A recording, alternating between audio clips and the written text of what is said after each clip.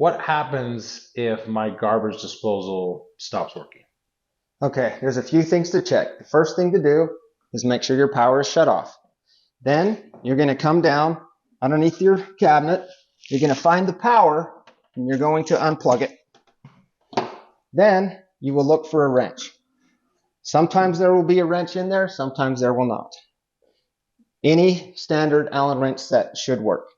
You find the hole in the bottom of the disposal, you put the wrench in, and you turn it back and forth to free it up. Then, once you're done doing that,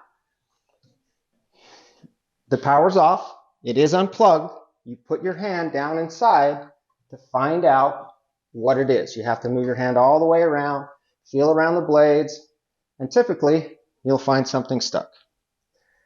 Once you've freed up everything that could be in there, you come down and you plug it back in to the same outlet that you unplugged it from, because there is two different outlets.